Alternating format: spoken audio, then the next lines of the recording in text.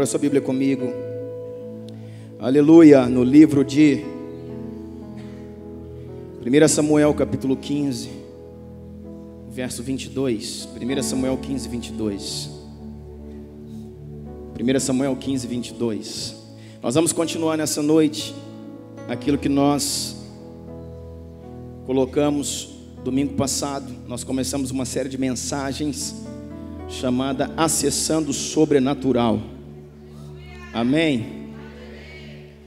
E nós começamos a falar, irmãos, que para acessar o sobrenatural, para chegar em alguns lugares em Deus, nós precisávamos de um preço.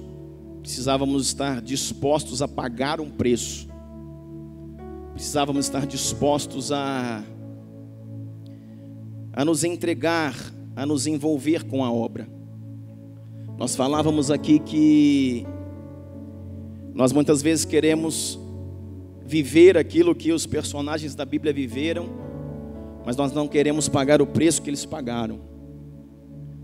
Nós queremos muitas vezes fluir no rio de unção que eles fluíram, ver o que eles viram, que são coisas extremamente sobrenaturais, tanto na antiga aliança quanto na nova. Nós queremos fluir naquele rio de unção, naquele mover que Elias fluía, a ponto de mandar um machado que tinha afundado flutuar, e o machado flutuava, a ponto de chegar sobre as chagas, as feridas de um rei como Ezequias, e aplicar um doce, uma pasta, uma compota de figo, aplicar nas chagas, nas úlceras de um rei, e esse rei ser curado, de verter sal nas águas, em águas amargas, e elas ficarem boas.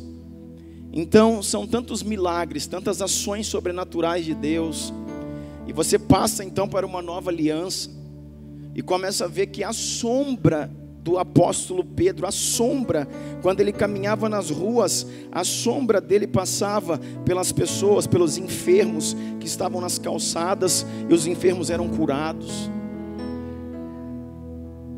E a ação sobrenatural que estava sobre os apóstolos de Cristo, a igreja do primeiro século que começou, onde numa pregação, irmãos, 3.000 almas aceitavam a Jesus.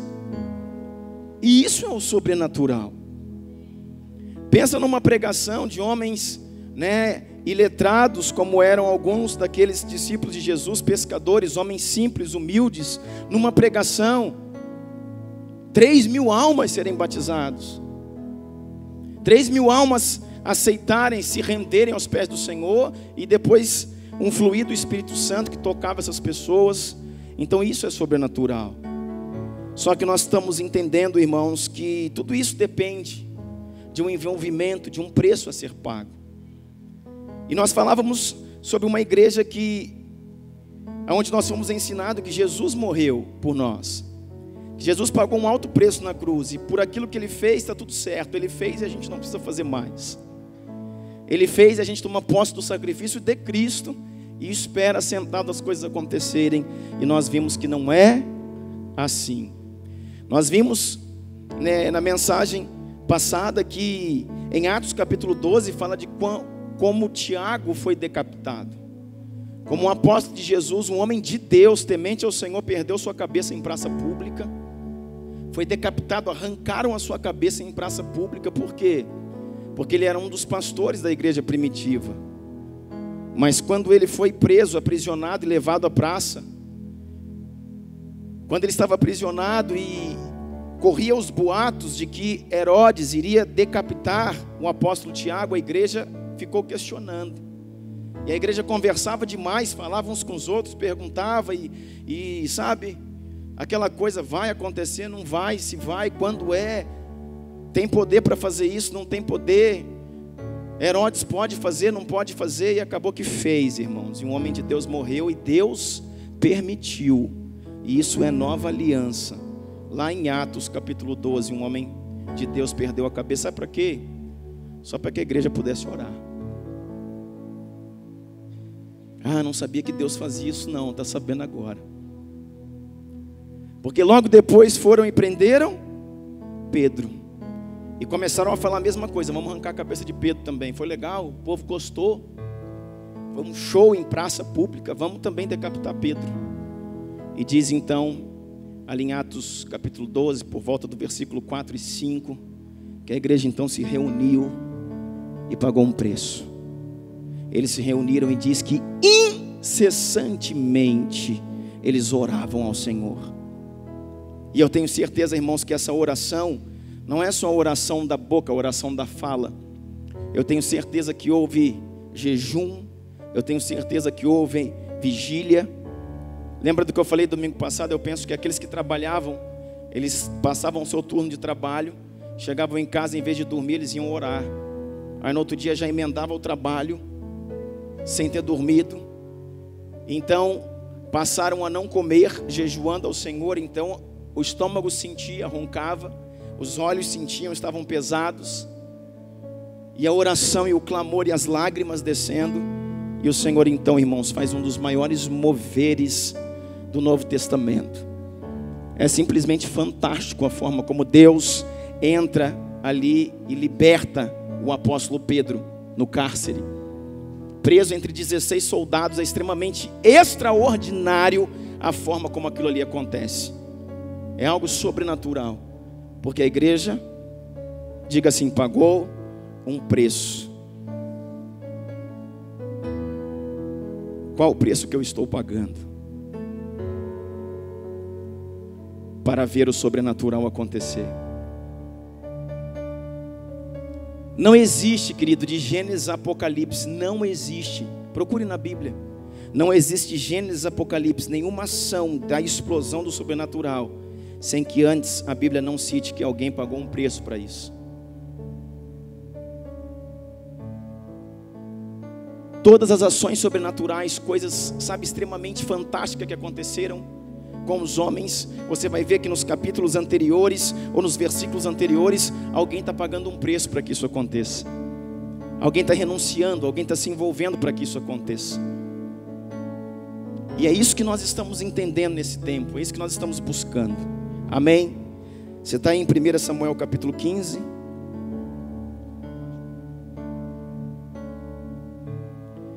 Diz assim: porém Samuel disse, 1 Samuel 15, 22. Porém Samuel disse: tem porventura o Senhor tanto prazer em holocaustos e sacrifícios, quanto em que se obedeça a sua palavra? Eis que obedecer é melhor do que sacrificar, e o atender melhor do que a gordura de carneiros. Irmãos, fique com esse texto, nós vamos trabalhar e entender algumas coisas nessa noite. Porém Samuel disse, olha quem está dizendo, profeta Samuel. Para começar, para quem que Samuel está dizendo isso aqui? Para quem? Samuel está falando com quem? Para Saul. E o que Samuel fala para Saul? Olha, rei Saul, tem porventura o Senhor, o grande Deus, Yahvé, tanto prazer em holocaustos, ou tanto prazer em sacrifícios, quanto em que se obedeça a sua palavra? Interrogação, uma pergunta. Aí ele mesmo responde: eis que o obedecer é muito melhor do que sacrificar, e o atender à voz de Deus é melhor do que a gordura de carneiros. Aí nós pegamos esse texto e ele se torna um sofisma para nós. O que é sofisma? Sofisma é uma coisa que induz a verdade, induz ao entendimento de uma verdade. Parece que é uma verdade, mas na verdade o entendimento que ele está dando é falso. E o que eu estou falando? Eu estou falando que Samuel não está falando a verdade. Não é isso que eu estou dizendo. Eu estou dizendo que aquilo que a igreja interpretou como esse texto é falso. Eu não estou dizendo que as palavras de Samuel são falsas. Eu estou dizendo que a interpretação da igreja para esse texto é falso. Porque se anulou o sacrifício aqui. Qualquer tipo de sacrifício, o que a gente fala? Quem faz sacrifício é a igreja católica. Quem faz sacrifício é o fulano. Quem faz sacrifício é o beltrano. Porque a Bíblia fala que obedecer é melhor que sacrificar. E isso virou um sofisma e nós não sabemos o que está dizendo. Está dizendo que o obedecer é melhor do que sacrificar. Mas não está anulando o sacrifício. Não está falando que sacrifício é ruim. Não está falando que sacrifício não é de Deus. Não está falando que Deus aboliu o sacrifício. Está falando que obedecer é melhor do que sacrificar. Mas por que Samuel está falando isso? Samuel está falando ao rei Saul. Porque Saul tinha uma direção de Deus. Se você for ler esse capítulo para cima, nós não vamos fazer isso. Mas o Senhor falou assim para Saul: vai, ataque aos amalequitas, que era um povo que Deus abominava. Aquele povo, os amalequitas que atacaram o povo de Israel lá no deserto. Lembra quando Moisés subiu no monte? Lembra? E ele intercedia e Josué guerreava lá embaixo, naquela guerra. Aquilo ali eram os amalequitas, a ação dos amalequitas contra o povo de Israel. Nesse momento o Senhor estabeleceu e diz assim: eu vou riscar o nome de Amaleque de debaixo do sol. Eu vou acabar com esse povo porque ele me aborrece. Aí chegou o momento de Deus cumprir aquilo que Deus tinha dito, tinha falado. Amém? Está comigo? Amém. Chegou o tempo de Deus cumprir o que ele tinha falado. E quando ele chegou, falou assim, o profeta Samuel chega para o rei Saul e diz assim: é agora, Saul, ataque os amalequitas, acabe com tudo, até mesmo com os animais, com as ovelhas, com os bois, os carneiros, tudo, todo o povo, extermine tudo que é dos amalequitas. Preste atenção. Então Saul vai lá, junto com o exército de Israel, destrói o exército dos amalequitas. Eles guerreiam, vencem a guerra, mas eles trazem Agag, que era o rei dos amalequitas, vivo, para o arraial de Israel, e traz as ovelhas, que era dos amalequitas, os bois, que eram dos amalequitas, e traz. Quando Samuel vem conversar com Saul e pergunta assim: Saul, tu fez aquilo que o Senhor nosso Deus, o grande Yahvé, determinou? Ele: fiz sim, é claro que sim. É claro, profeta. Você tem certeza? Tenho. Enquanto eles estavam conversando, as ovelhas estavam lá, e os bois, e o profeta chegou e falou assim: que balito de bois, que mugido de bois é esse? E esse som de ovelhas que eu estou ouvindo, o que é isso? Aí ele ficou em xeque. E aí ele diz assim, o rei Saul: eu trouxe o melhor que tinha dos amalequitas para poder sacrificar ao Senhor. Está entendendo?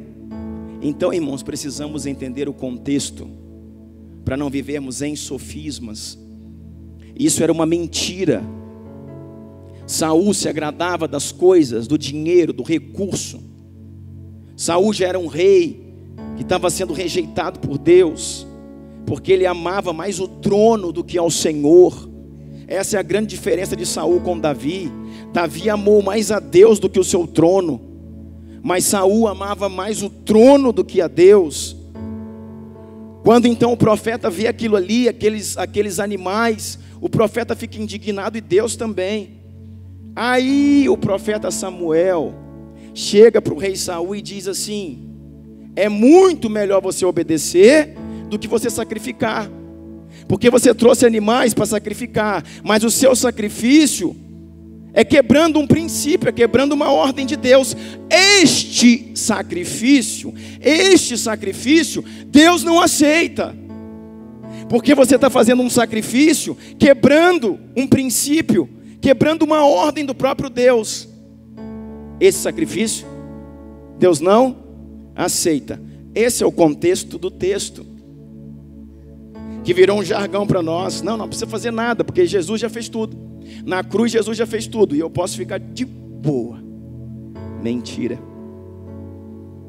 Deus chamou você, irmãos, para que seus olhos estejam vermelhos, para que as lágrimas de intercessão desçam pela sua face. Deus chamou você, irmãos, para que você tenha marcas no joelho de oração, para que de vez em quando seu estômago ronque de fome, porque você está, jejuando ao Senhor por um propósito. Deus chamou você, irmãos, para ter devocional com Ele. Sabe por quê, irmãos? Porque o obedecer, o sacrifício em obediência, é a chave do sobrenatural. O sacrifício em obediência é a chave do sobrenatural. É a mesma coisa que alguém chega aqui, vão a pé para a romaria, e aí anda no chão quente, no asfalto quente, enche o pé de bolha. Esse sacrifício Deus não quer. Por que Deus não quer? Porque é um sacrifício fora da palavra. É um sacrifício, irmãos, quebrando o princípio. É um sacrifício dentro da idolatria. Esse sacrifício Deus rejeita. Mas o sacrifício na palavra, querido, o sacrifício dentro do princípio, dentro do chamado.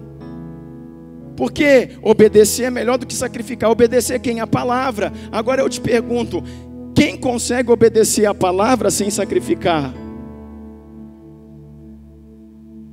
Existe isso? Você consegue obedecer a Deus sem se sacrificar? Tem sentido isso? Então nós precisamos entender essas coisas. Foi quando me falaram ontem, depois do café. No café ontem nós trabalhamos muito um texto que diz, né, a alegria do Senhor é a nossa força.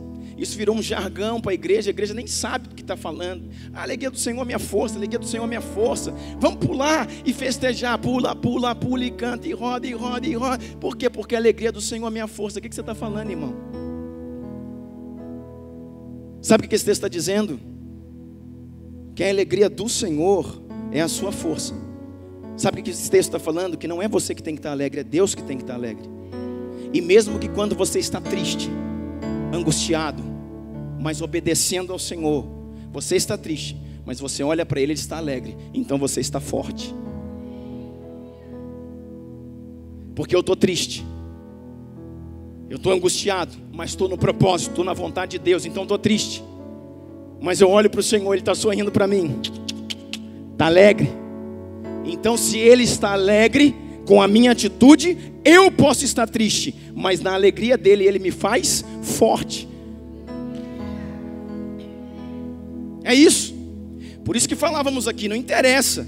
Muitas vezes a família, se a esposa ficou triste, os filhos ficaram chateados por uma atitude que o sacerdote, o pai tomou. O pai tomou essa atitude. Às vezes você vê, a mulher faz o bico, os filhos empurram tudo, e você por pressão começa a ceder. Não faça isso, irmão. Olhe para o Senhor. Olhou para o Senhor. Se o Senhor fizer, se o Senhor estiver feliz, irmãos, então a sua família pode estar triste, mas ela estará forte. Não adianta a sua família estar feliz e estar fraca. Por quê? Porque se rendeu, porque trocou as prioridades. É isso que nós precisamos entender. Então, querido, nesse texto nós precisamos entender isso.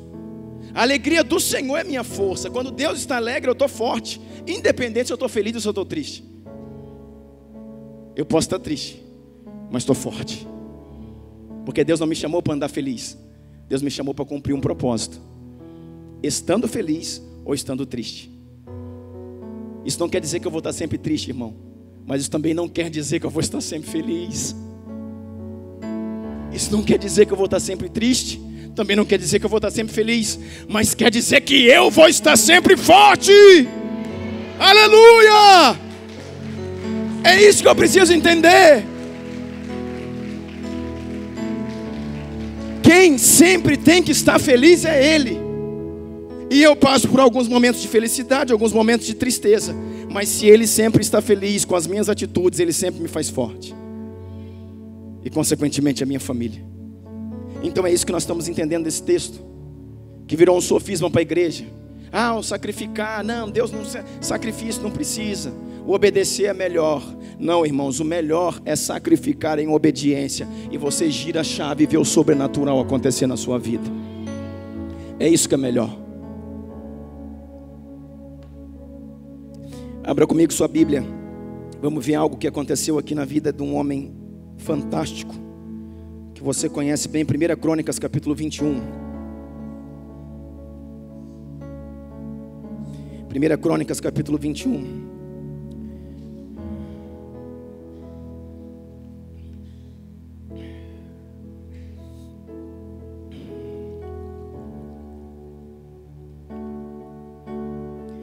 Primeira Crônicas 21. 1 Crônicas 21, verso 1 diz assim: Satanás levantou-se contra Israel e levou a Davi a fazer um recenseamento do povo.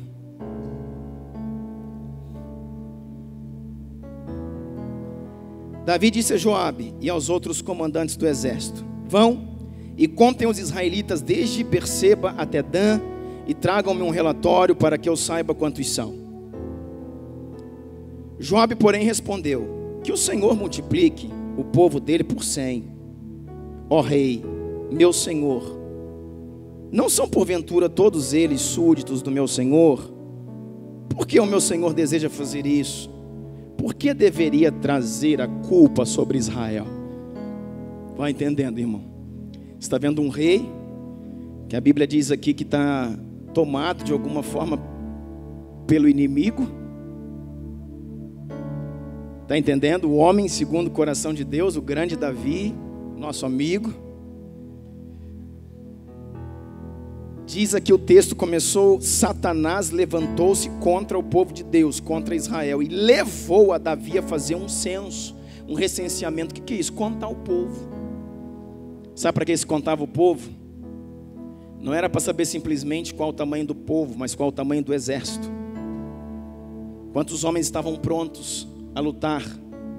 Só os homens com mais de 20 anos podiam lutar, podiam puxar a sua espada e lutar pelo seu país, pela sua nação. E agora, irmãos, o rei Davi se tornou rei sobre todo Israel. Ele agora está unificando todo o povo numa única nação. E ele quer saber como é o tamanho do seu exército. Só que olha aqui uma coisa, preste atenção comigo. Existia uma lei do Senhor em Levítico que dizia que o povo não podia ser contado, a não ser que o Senhor mandasse. E por isso, irmãos, que muitas vezes eu e você atraímos maldição para nossas vidas. Está lembrando do conceito de maldição? Nós vamos lembrar dele todo o tempo aqui. Por quê? Porque maldição não é algo ligado ao diabo. Maldição não é algo ligado a Satanás e aos ímpios. Maldição é uma ação de Deus para o seu povo. Se você for ver, na maioria das vezes na Bíblia, é Deus que liberou a maldição. O que é maldição? É a consequência pela quebra de um pacto, pela quebra de uma lei, pela quebra de um princípio.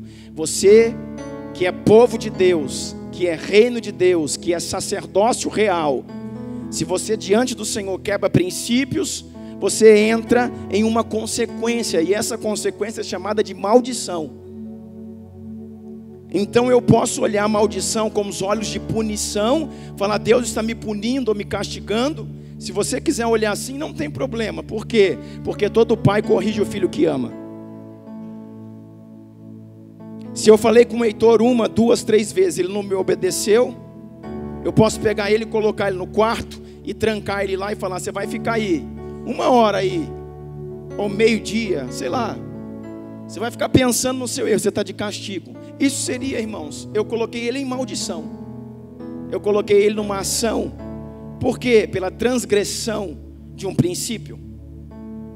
Por que eu fiz isso? Porque agora eu odeio o Heitor? Não, eu fiz isso agora porque eu amo o Heitor e quero trazê-lo de volta à correção. Para que o Senhor amaldiçoava o povo? Porque a maldição, irmãos, é uma ação de misericórdia. Era uma ação de Deus em favor do seu povo, para que o seu povo caísse em si, se arrependesse dos seus maus caminhos e voltasse ao centro da vontade de Deus, onde tudo é perfeito. Aleluia! Quantos estão comigo aqui? Está entendendo isso? Então, por que muitas vezes eu e você, nós entramos debaixo de maldição? O que a Bíblia fala? O meu povo perece porque lhe falta o conhecimento.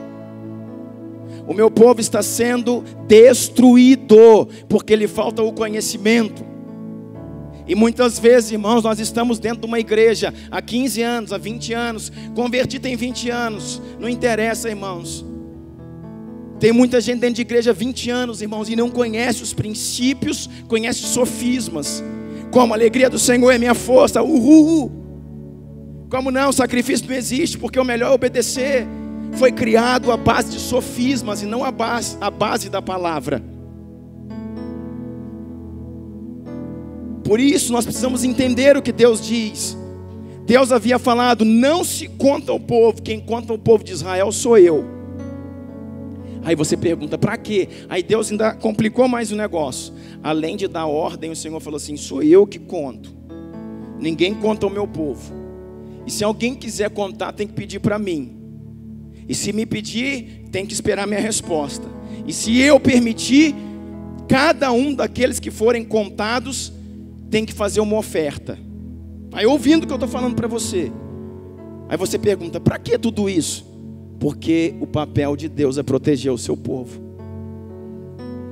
E sempre, irmãos, aquilo que nos custa algo, nos dá a tendência de olhar para quem nos está impondo, ou para quem nos está cobrando, com afeição, de que aquela pessoa quer me usurpar de alguma forma.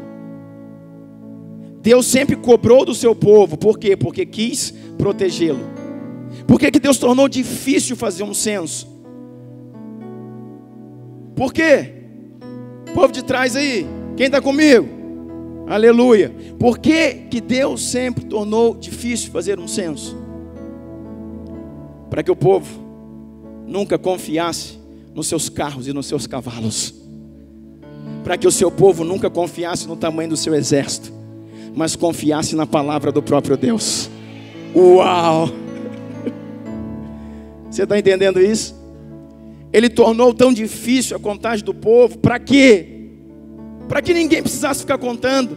Chegamos à conclusão: nós temos um exército de 500 mil homens. Uau! Até aí vai bem. Aí quando o Senhor falasse assim: vá e destrua o povo X, mas o povo X tem um exército de 2 milhões de soldados, nós não vamos mais, velho. Por quê? Porque o nosso exército só tem 500 mil. E aí, irmãos, Israel sempre ficaria ligado ao que é a própria força do seu braço. E Deus nunca quis isso. Por isso Deus sempre falou: não conte nada. Ainda que seja 300, como foi com Gideão, avance. Com Gideão, irmãos, o papo começou com 32 mil. O exército começou com 32 mil. E o que aconteceu? Foi tirando, foi saindo, até ficar 300. E se você for ver, irmãos, o povo que eles iam enfrentar, escuta o que eu vou falar, irmãos, eram mais de 100 mil. Tá ligado?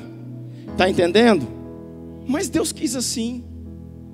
Então não podia contar o povo. Deixa eu mostrar isso para você. Abre aí em Êxodo 30, depois a gente volta lá, no texto que nós estamos.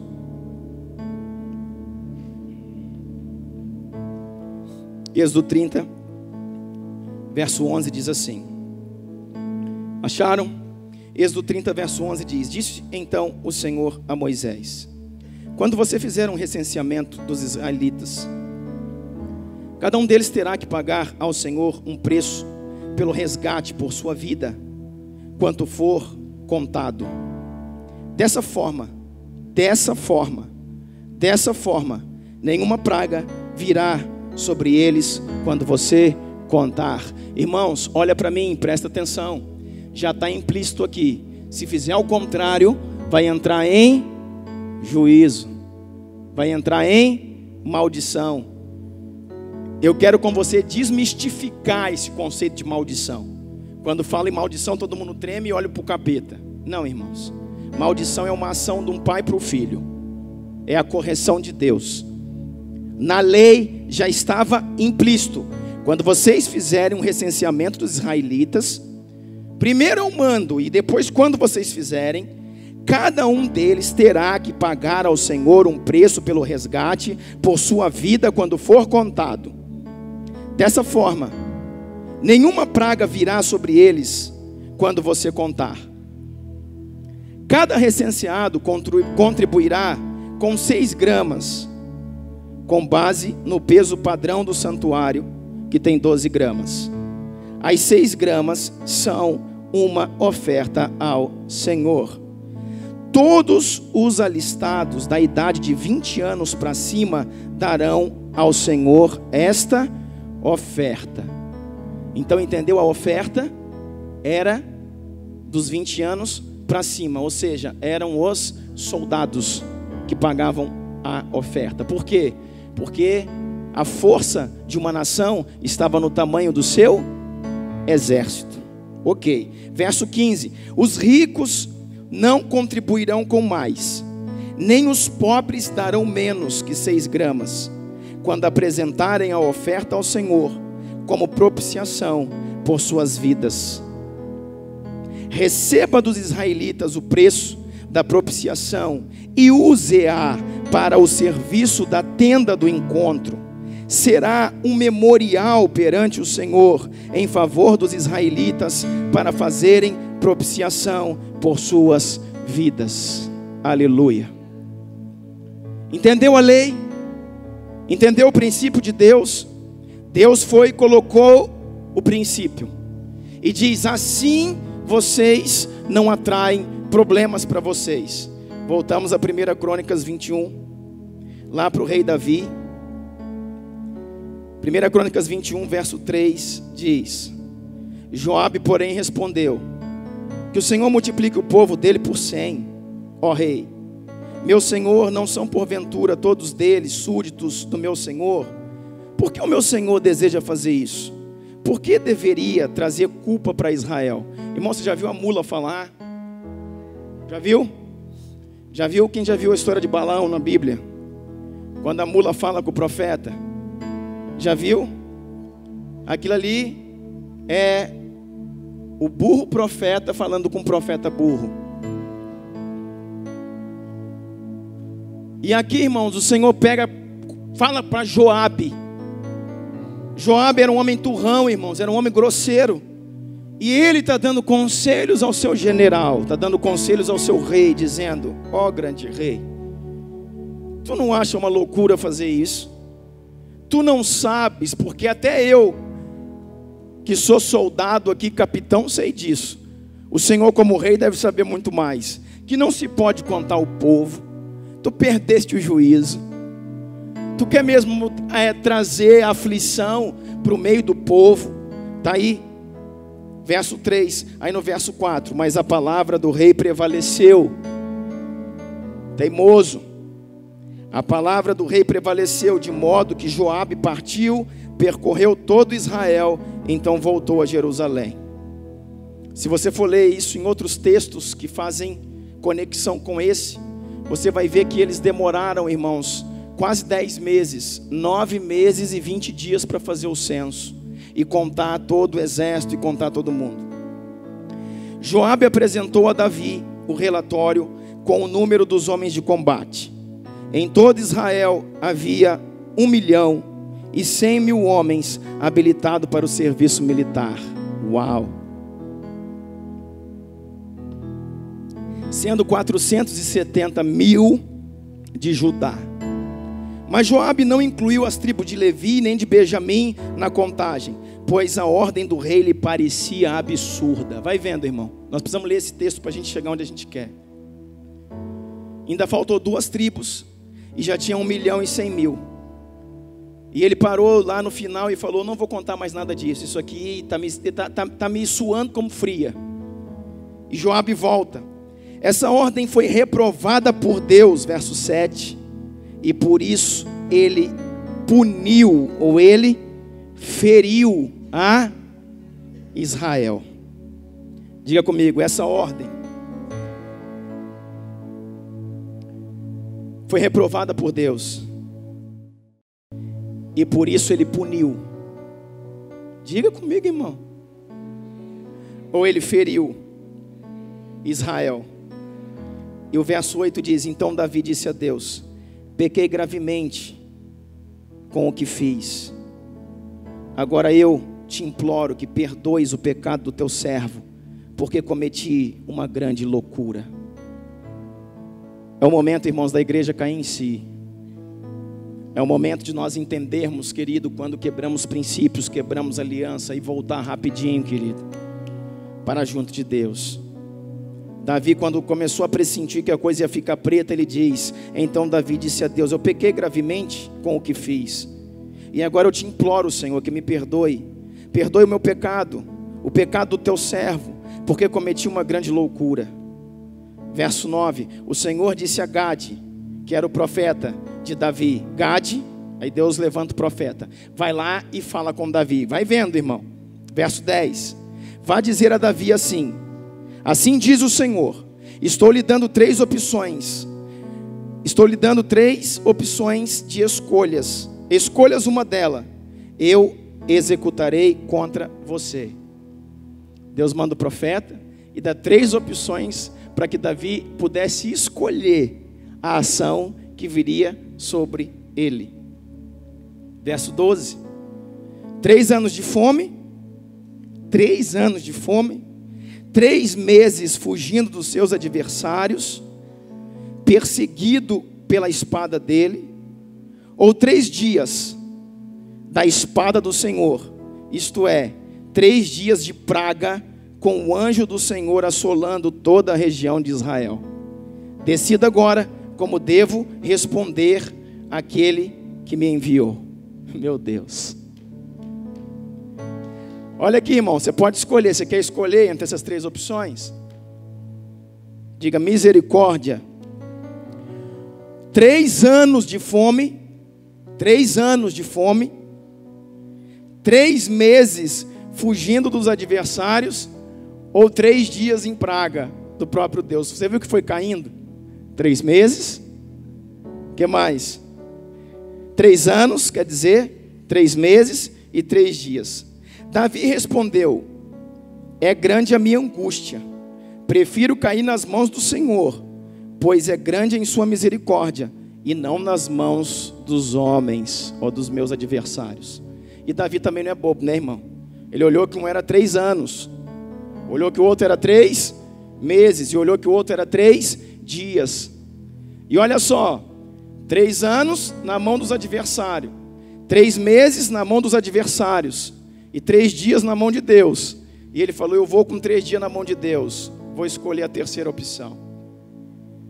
E o verso seguinte diz: então o Senhor enviou o anjo da morte. Então o Senhor enviou uma praga sobre Israel, e 70.000 homens de Israel morreram. Irmãos, nós estamos falando de quase a população de Araguari. Tá ligado? Tá entendendo? Pensa, irmãos, num anjo. Nós entendemos aqui que, talvez se trate do arcanjo de guerra, Miguel, aquele que lançou o anjo de luz, Lúcifer, do céu, e esse caiu e arrastou com a sua cauda a terceira parte dos anjos.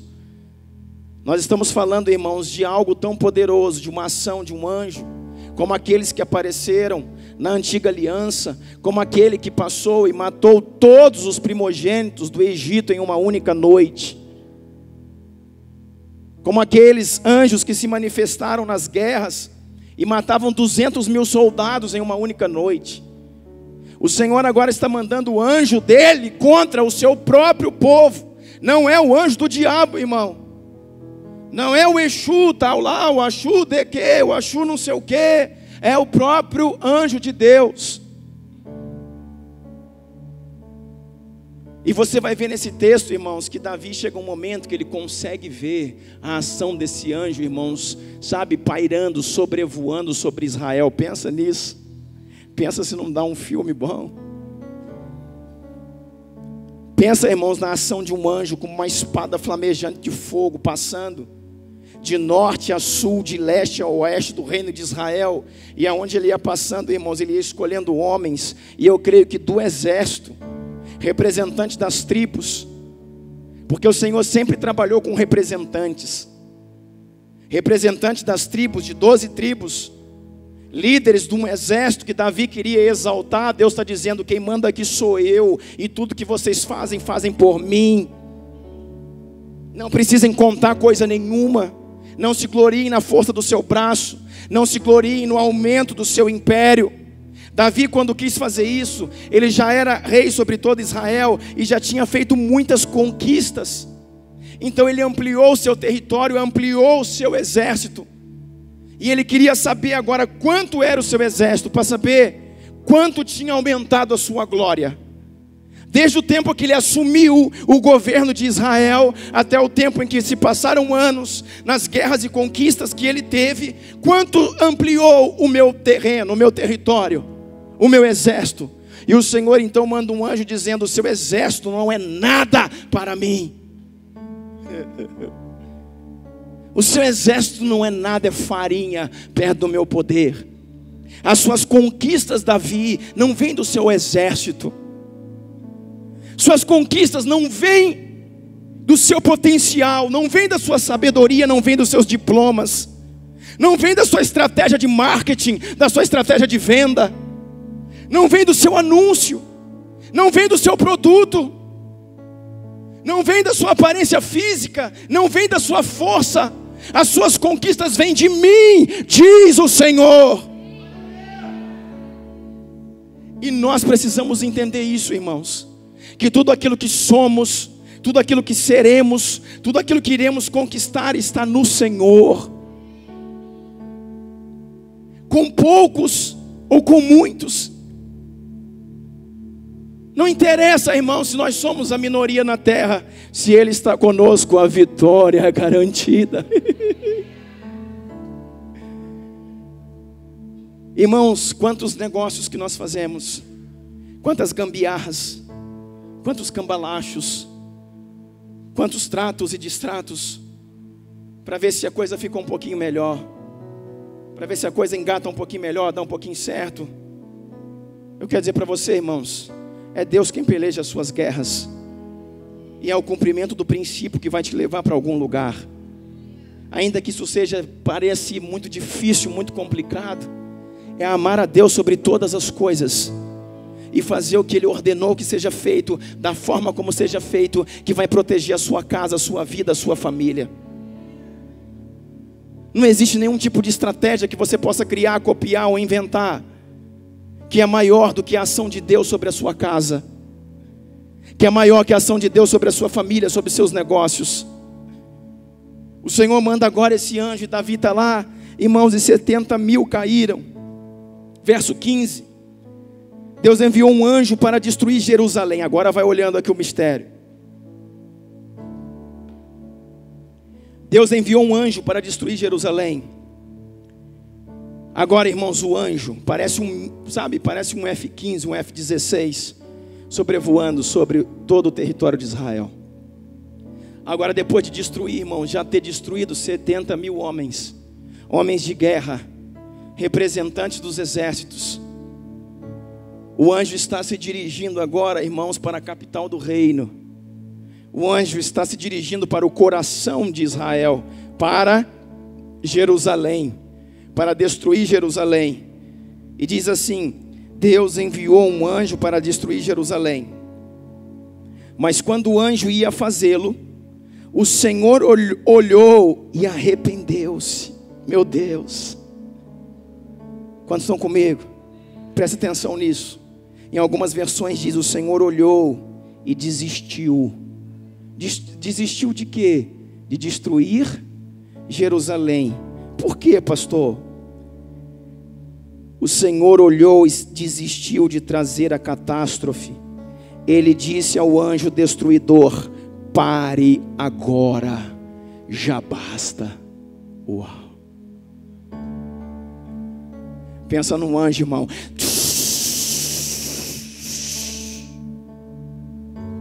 Pensa num anjo, irmãos. A Bíblia diz num anjo destruidor.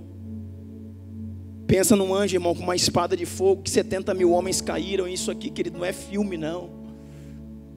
E quando chega sobre Jerusalém, você vai ver aí, quando ele está sobre um lugar chamado Eira de Ornã, quando o anjo para por ali, sobrevoando a Eira de Ornã, para começar a destruir Jerusalém, Deus, o Yahvé, o grande Senhor, olhando lá do céu, diz: para, já basta, não faça isso. Aí Escuta, aí você não pode tocar.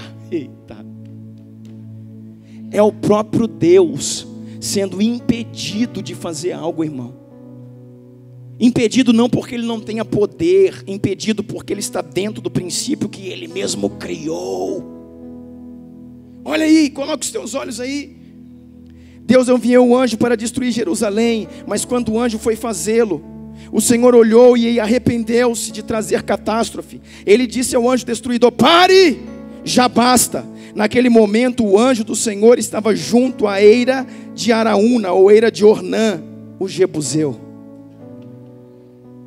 Você vai ver o tempo inteiro que eu vou falar Araúna e Ornã, porque é a mesma pessoa. Esse texto está também em Samuel. E aqui é onde está se referindo a Ornã, o Jebuseu. Lá vai falar Araúna, o Jebuseu. É o mesmo texto e o mesmo homem, o mesmo personagem. Mas enquanto o anjo estava sobrevoando a eira de Ornã, o Jebuseu, o Senhor falou ao anjo: para! Não toque nesse lugar! Para! E o anjo parou. E olha o que está escrito. Davi olhou para cima. Davi olhou para cima e viu o anjo do Senhor entre o céu e a terra. Eita Jesus. Davi estava lá, irmão. O rei, segundo o coração de Deus, olhou para cima e viu o anjo do Senhor entre os céus e a terra. E Davi falou: meu Deus, o que eu fui fazer? Talvez em todas as suas guerras, em todos os seus combates, ele nunca tenha visto um anjo tão poderoso como aquele. Talvez em toda a sua vida, em toda a sua intimidade, ele nunca tenha visto um anjo tão forte como aquele. E ele viu aquele anjo entre os céus e a terra, como uma espada na mão erguida sobre Jerusalém. Então Davi e as autoridades de Israel, todas vestidas de luto, prostraram-se o rosto em terra. Davi agora está em arrependimento, em choro, em lágrimas, pedindo ao Senhor: Deus, tem misericórdia de nós. Davi disse a Deus: não fui eu que ordenei contar o povo, fui eu que pequei e fiz mal. Estes não passam de ovelhas. O que eles fizeram? Ó Senhor meu Deus, que o teu castigo caia sobre mim, sobre a minha família, mas não sobre o teu povo. Então o anjo do Senhor mandou Gade ao profeta de novo dizer a Davi que construísse um altar na eira de Ornã, o Jebuseu. Deixa eu te falar uma coisa, querido. Esse lugar, depois você vai ver, você que conhece de geografia bíblica, você vai ver que a eira de Ornã, o Jebuseu, é exatamente o Monte Moriá. Conhece o Monte Moriá? Sabe o que aconteceu no Monte Moriá? Aonde o pai da fé, um homem chamado Abraão, leva o seu filho a ser sacrificado. Meu Deus. Aonde ele pega o seu filho, pega o teu filho, o teu único filho, a quem tu mais ama, sobe o Moriá e sacrifica ele em holocausto a mim. Deus queria abrir a chave do sobrenatural para Abraão, mas para isso o combustível do sobrenatural tinha que ser acessado, e não era só oração, era a entrega do seu próprio filho. Deus queria uma geração, nós vimos aqui na aula de primícias quinta-feira, Deus não queria um homem, Deus queria todo um povo. A nação, os hebreus serão um povo de propriedade exclusiva minha, eles serão meus. Para isso a primícia tinha que ser dada. Alguém tinha que entregar um primogênito para que Deus pudesse ter todo o povo. E Abraão, que é o pai da fé, Abraão, que foi o homem escolhido para começar, para ser a semente geradora desse povo, pega o seu primogênito, o primogênito da aliança, não aquele outro primogênito, Ismael, mas o primogênito da aliança, entrega ao Senhor. E quando ele entrega ali ao Senhor, irmãos, todo Israel, todo o povo hebreu está sendo consagrado ao Senhor em Isaque. Só que você sabe, irmãos, que naquele tempo, querido, há 2000 e tantos anos atrás, estava lá Isaque deitado, e um cutelo levantado, apontado para o seu pescoço, para a sua garganta. E há 2000 e poucos anos atrás, um anjo do céu bradou, o próprio Deus bradou, segurou as mãos de Abraão e disse: não faça isso. Eu quero dizer, ele já estava fazendo. Sabe o que eu entendo, irmãos? Que ele já estava baixando, a mão dele já estava caindo, ó. Quando começa a cair, não segura mais, ó. A mão dele já estava descendo. Deus colocou a mão dele embaixo, não foi em cima. Falou: não faça isso. Agora eu sei que você não me negaste, não me negou nem mesmo o seu único filho. Se minha cabeça, irmãos, ainda funciona em Gênesis capítulo 22, lá para uns versos, sei lá, 15, 16, 17, o Senhor diz assim: por conta disso, eu juro por mim mesmo, que deveras te abençoarei. Tua descendência será como o pó da terra, tua descendência será como as estrelas incontáveis do céu. A tua descendência possuirá as portas dos seus inimigos. Eu juro por mim mesmo, diz o Senhor. E nesse lugar, irmãos, quando o Senhor segura o cutelo de Abraão, Isaac é poupado. Mas quando Isaac se levanta dali, existe um cordeiro amarrado pelo chifre, gritando. E o Senhor fala: pegue o cordeiro, coloque nesse lugar. A palavra de Deus diz que quando Jesus passou, João Batista disse: eis o Cordeiro de Deus, que tira o pecado do mundo. Você está entendendo? Aleluia!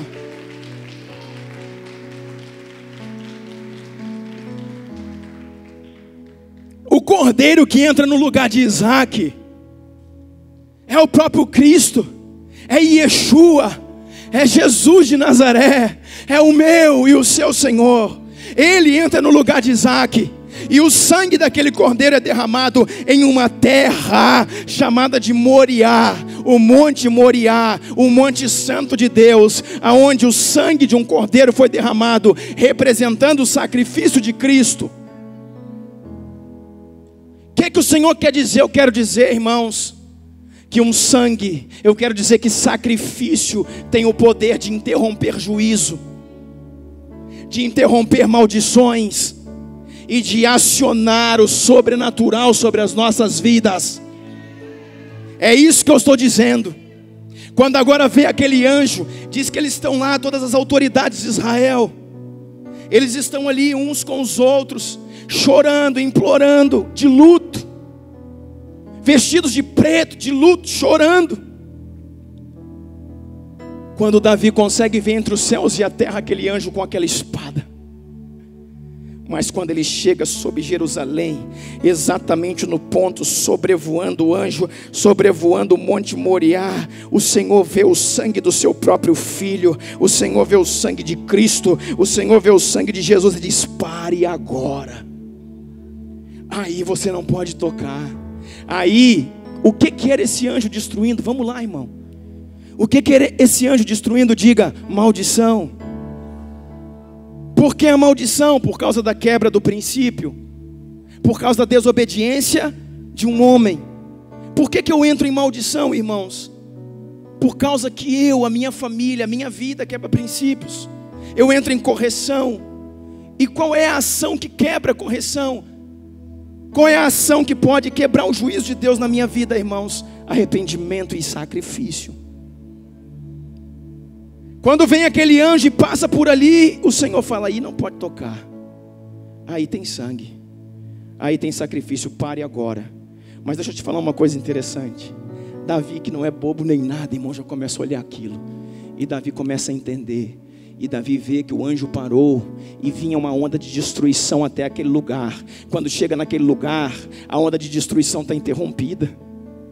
E Davi começa a entender aquilo. E Davi falou assim: olha, tem algo nesse monte. Davi começa a conectar esse monte, que hoje está em poder de Ornão, Jebuseu, está na mão de um Jebuseu, está na mão de um cananeu. Sabe, esse território, essa área que está na mão de um Jebuseu, foi nesse lugar que Abraão ia sacrificar Isaac, onde o cordeiro morreu. Deus tem algo com esse lugar. Eita glória, Jesus. Davi está olhando. Aí Davi começa a orar, vendo que Deus parou de exterminar o povo naquele lugar. Davi começa a orar, e Gade vai lá e diz assim para Davi: Davi, o Senhor encontrou no meio do reino um lugar de sacrifício. Ele parou por hora a destruição. e está pronto, irmãos, aqui entra a nossa parte. Porque qual que é o nosso pensamento? O sangue de Jesus tem o poder de anular juízo. E é claro que sim. Só que, irmãos, o meu sacrifício, ele é concomitante com o de Cristo. Ele parou por hora. Aí, presta atenção, porque senão, irmãos, o anjo via aquele sangue ali do cordeiro, que representa Jesus, e ia embora, acabou o juízo, Jesus nos livrou. Agora vem o profeta e diz assim para Davi: Davi, graças ao sacrifício que Abraão foi fazer do seu filho, que acabou que não fez, porque o Senhor não permitiu e entrou o cordeiro, graças ao sacrifício do cordeiro, o Senhor parou por hora. Agora você comece a fazer sua parte e corrigir a lambança que você começou. O profeta chegou e falou assim para ele: comece a sacrificar você nesse monte. Não é só o sacrifício de Abraão, que Abraão estava proposto a fazer. Não é só o sacrifício do cordeiro de Jesus na cruz, é o seu. Comece a você a sacrificar. Está aqui, irmãos, vamos lá. Verso 18, então o anjo do Senhor mandou a Gade dizer a Davi que construísse um altar na eira de Ornão Jebuseu. Irmãos, ele ia construir um altar, amém? Amém?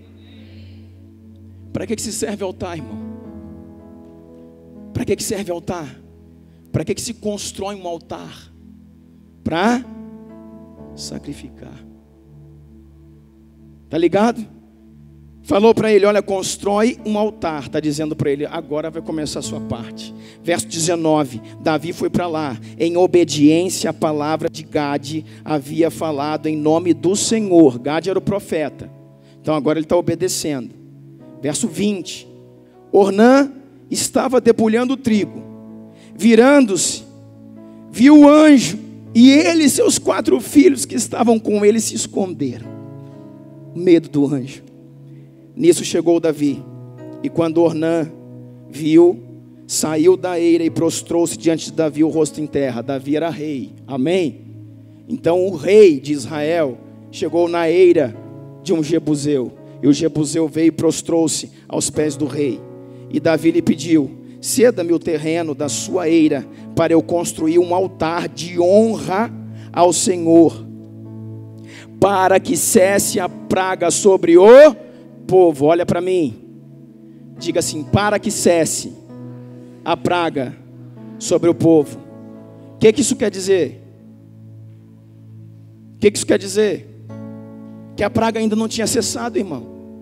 Quer dizer que Deus estabeleceu, deu um stop, falou: olha, por causa do sangue do meu filho que está aqui nesse lugar, eu vou interromper aquilo que eu estava fazendo. O sangue de Jesus, do meu filho, tem o poder de parar qualquer juízo, qualquer maldição, qualquer ação. Mas agora, para completar o ciclo e você remir o seu povo, porque você é o rei desse povo, comece a fazer a sua parte. Vai lá e levante um altar para mim. Aí o que ele falou aqui para Ornã? Davi lhe pediu, verso 22, ceda-me o terreno da sua eira, para eu construir um altar em honra ao Senhor, para que cesse a praga sobre o meu povo. Venda-me o terreno pelo preço justo. Mas Ornã disse a Davi: considera o teu, que o meu rei, o Senhor, faça dele o que desejar. Eu darei os bois para holocaustos, eu darei o debulhador para servir de lenha, e o trigo, a oferta de cereal, tudo isso eu vou te dar. O homem estava disposto a dar tudo para Davi. Verso 24, o rei Davi, porém, respondeu a Araúna, ou a Ornã: não faça, eu faço questão de pagar o preço justo. Não darei ao Senhor aquilo que pertence a você, nem oferecerei um holocausto ou um sacrifício que não me custe nada.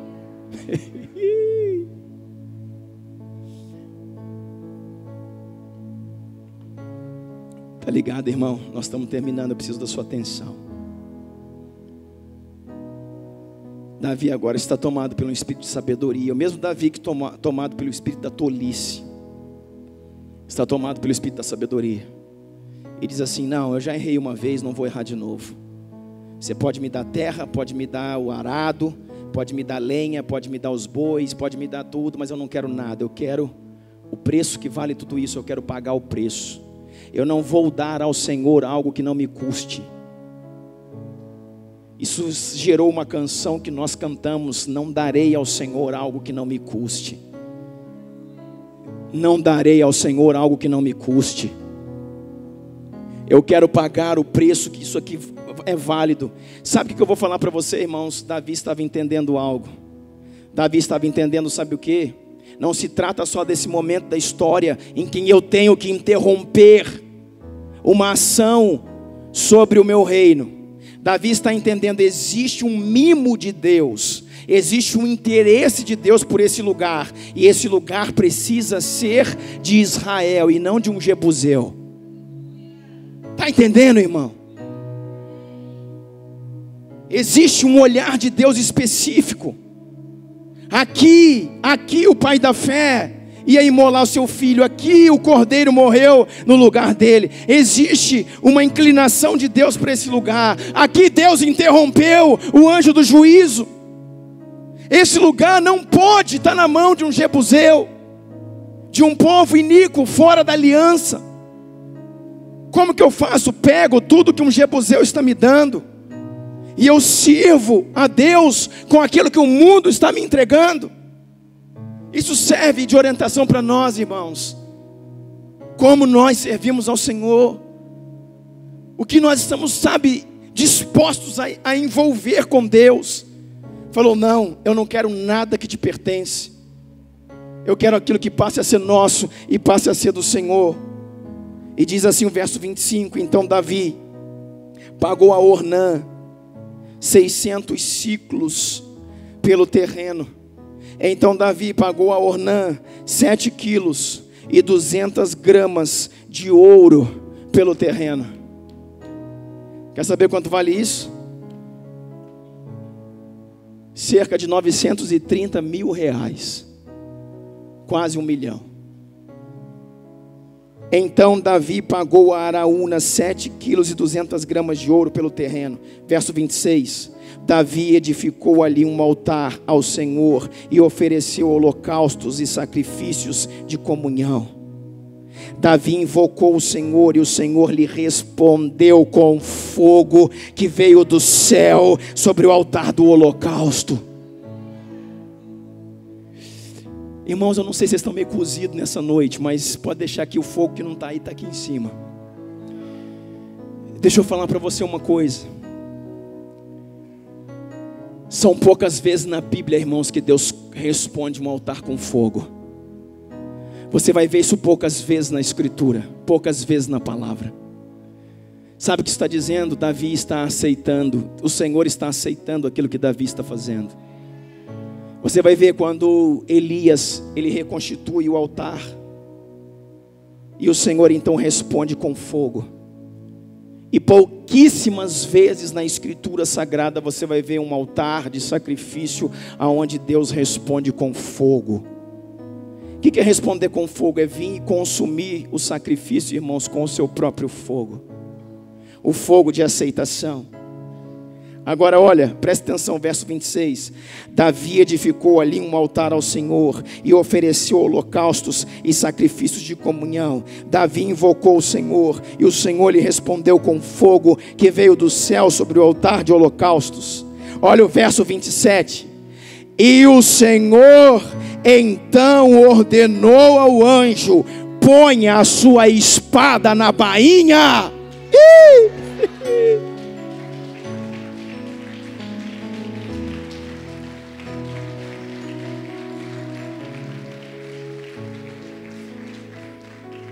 Tá ligado?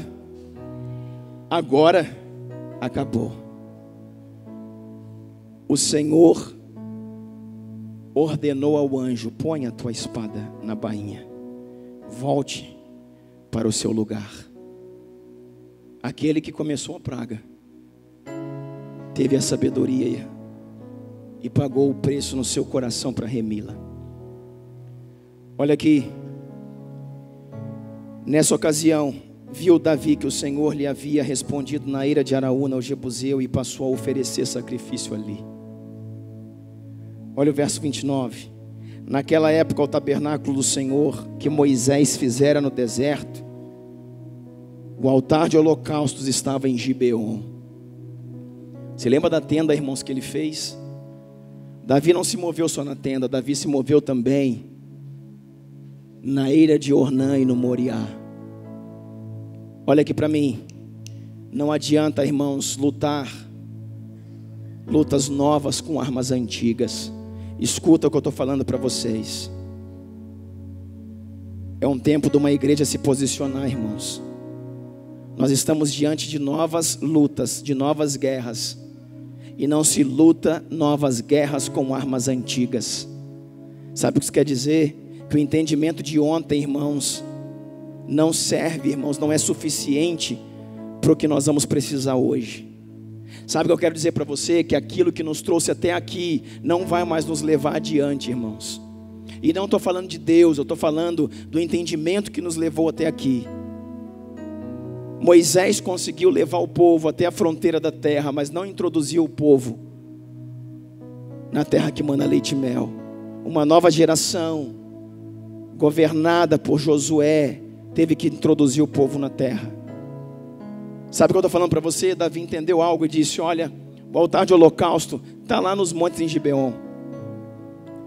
Só que eu estou entendendo que para hoje, para agora, Deus tem um negócio com esse lugar. Sabe por quê? Porque o anjo do Senhor já passou em Gibeon, e lá um tanto bom de gente foi destruído, porque lá só morriam os sacrifícios dos animais, os cordeiros e bodes e bois que eram sacrificados. Mas aqui, um cordeiro diferente morreu nesse monte. Um cordeiro diferente que tem poder de anular juízo foi sacrificado aqui. Sabe o que ele faz? Então ele fala: agora eu vou começar a sacrificar aqui. Agora eu comprei esse lugar para Deus e vou começar a sacrificar aqui. E o Senhor começou a honrar Davi, porque era um homem de sensibilidade. Esse é o homem segundo o coração de Deus, que entende aquilo que Deus faz. Lembra que eu disse no café que o sonho de Davi era construir um templo? Isso também fala de renúncia e de sacrifício. Por quê, irmãos? Porque muitas vezes, qual que é o preço? Qual que é o preço do seu propósito? Muitas vezes o preço do nosso propósito é abrir mão dos sonhos. Quer ver onde está isso na Bíblia? Na vida do próprio Davi. O sonho de Davi era construir um templo para Deus. E quando ele tinha fama, quando ele tinha título, quando ele tinha dinheiro, quando ele tinha condições, autoridade, ele falou: agora eu vou cumprir o sonho da minha vida. Eu vou construir um templo para Deus. E Deus falou: não vai não. Como não, Deus? Não vai não. Olha as suas mãos. E ele olhou. O que tem as minhas mãos, Senhor? Elas são sujas de sangue. Porque você muito na sua vida. Porque você estava cumprindo o seu propósito. O seu propósito era de guerrear e de ampliar os territórios do meu povo. E porque você cumpriu o seu propósito, você teve que abrir mão do sonho. Você não vai construir nada. Quem vai construir é o seu filho. Tá ligado? Agora presta atenção. Aonde esse templo seria construído? Vamos ler 2 textos e a gente vai orar. Abre a Bíblia em 2 Crônicas 31. Ou melhor, 2 Crônicas 3:1. 2 Crônicas 3:1 diz assim. 2 Crônicas 3:1. E começou Salomão a edificar a casa do Senhor. Aqui Davi já tinha ido. E o Salomão, o filho, começou a construir o templo. E começou a Salomão a edificar a casa do Senhor em Jerusalém. No monte Moriá, aonde o Senhor apareceu a Davi seu pai, no lugar que Davi tinha preparado, na eira de Ornã ou de Araúna, o Jebuseu. Uau!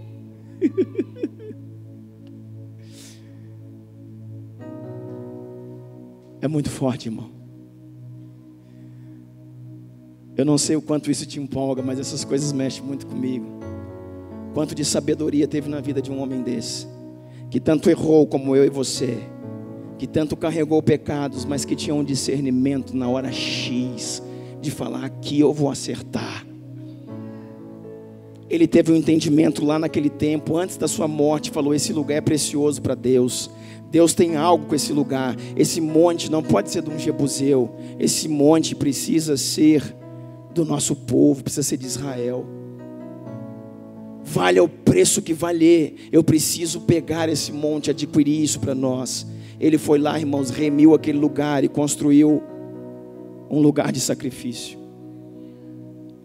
Depois, quando ele chegou a morrer e passou as instruções para o seu filho, quando Salomão vai construir, ele não construiu, mas definiu o lugar da construção.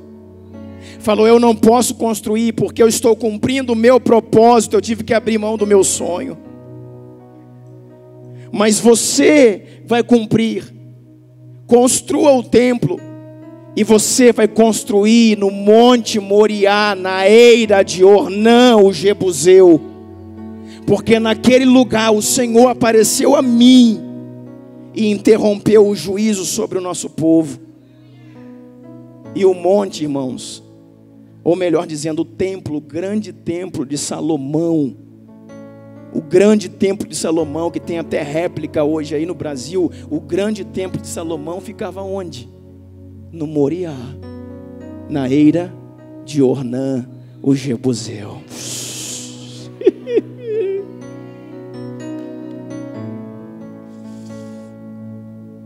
Sabe como é que eu termino essa mensagem? Meu Jesus, joga para mim, nós vamos ler esse texto, vamos orar. Romanos 12, verso 1. Deixa eu falar um pouquinho de Novo Testamento aqui para você. Romanos 12, 1 diz assim: rogo-vos, pois, irmãos, pelas misericórdias de Deus, que apresenteis o vosso corpo por sacrifício vivo, santo e agradável a Deus, que é o vosso culto racional. Deixa eu falar uma coisinha para você. Você que não conseguiu conectar até agora de antiga e nova aliança, nessa questão que a gente fala: não tem isso, Jesus já fez tudo. Irmãos, essa palavra corpo que aqui diz, não é esse corpo aqui mortal. Essa palavra corpo se refere à sua vida. E diz assim, olha: rogo-vos, pois, irmãos, olha o que Paulo está dizendo aos romanos, pelas misericórdias de Deus, que vós apresentei os vossos corpos ou as vossas vidas por sacrifício vivo, santo e agradável a Deus, que é o vosso culto racional. Como que não tem sacrifício, irmão? Quer saber de uma coisa? O sacrifício de hoje, o sacrifício da nova aliança, o meu sacrifício hoje é muito mais difícil do que o sacrifício antigo. Porque antes, irmãos, quem morria no altar era o cordeiro, era o cabrito, era o bode. Hoje sou eu que morro. Deus, quebra a passividade desse lugar, Pai. Eu repreendo, Pai, todo o espírito do inferno, toda ação de apatia, Deus, que cauteriza mentes, toda a ação do diabo nesse lugar, Pai. Eu libero, Pai, o espírito da ação da Tua glória, liberando sobre nós, Pai, entendimento sobre aquilo que estamos falando, Pai. Eu rejeito toda a ação na mente, todo espírito, Pai, que rouba, Pai, o conteúdo de uma mensagem, e declaro vida de Deus, virtude do céu sobre esse lugar, em nome de Jesus. Sabe qual é a diferença? É que o sacrifício antigamente era morto e o sacrifício agora é vivo. Antigamente o sacrifício era morto, porque você pegava o cordeiro e cortava o seu pescoço e ele morria. E depois que ele estava morto, que ele ia ser sacrificado, ia ser entregue. Sabe qual é a diferença, irmãos? Que no altar agora não morre mais o bode, o boi e o cabrito. Agora quem morre no altar sou eu e você. O sacrifício que era morto agora passou a ser um sacrifício vivo. Você está entendendo isso? Como não tem sacrifício? Só tem sacrifício. Você está entendendo, irmãos, que no dia de Yom Kippur, o sumo sacerdote, uma vez por ano, um único homem entrava na presença de Deus. E está o povo todo pecando. E o povo de Israel pecava como nós pecamos hoje. Não acha que era uma nação santíssima e consagrada. Existem histórias que até os filhos deitaram com as esposas do pai. No povo de Israel, no povo dos hebreus. Só que naquele tempo um único sacerdote entrava diante da Arca da Aliança. E se Deus aceitasse o sumo sacerdote, todo o povo estava perdoado. Então quem tinha que estar santo, irmãos, era o sumo sacerdote. Porque na figura de um homem, todo o povo era santificado. Quem entrava na presença de Deus, diante do Santo dos Santos, diante da tampa do propiciatório e dos querubins, e diante da presença do próprio Deus, entrava tremendo, gemendo. Ele se preparava dias e dias para aquilo, se santificava, se preparava, pagava todo um preço. O único homem. E quando ele entrava, se o Senhor o aceitasse, ele saía com as mãos sujas de sangue do sacrifício que ele tinha feito.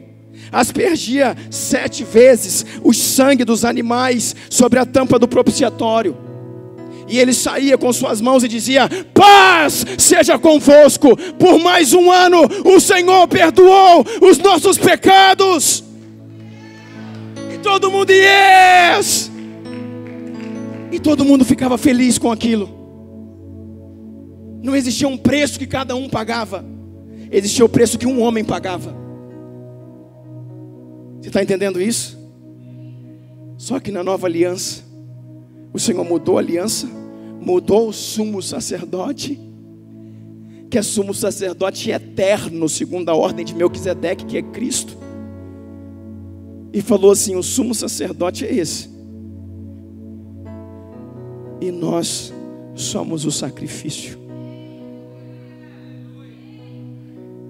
A diferença era que o sacrifício era morto. Agora o sacrifício é vivo. Quem vai para o altar sou eu. Renunciando a minha vida. Não adianta mais eu matar galinha na encruzilhada. Não adianta mais eu matar bode. Não adianta eu ir na igreja. Não adianta eu confessar para ninguém. Não adianta em nada. Eu tenho que ir diante do Senhor e morrer na minha carne, nos meus pensamentos, nos meus sentimentos, na minha concupiscência, nas ações que consomem a minha mente, o meu coração, na minha vaidade, na minha soberba, nas minhas distrações, e se entregar como sacrifício.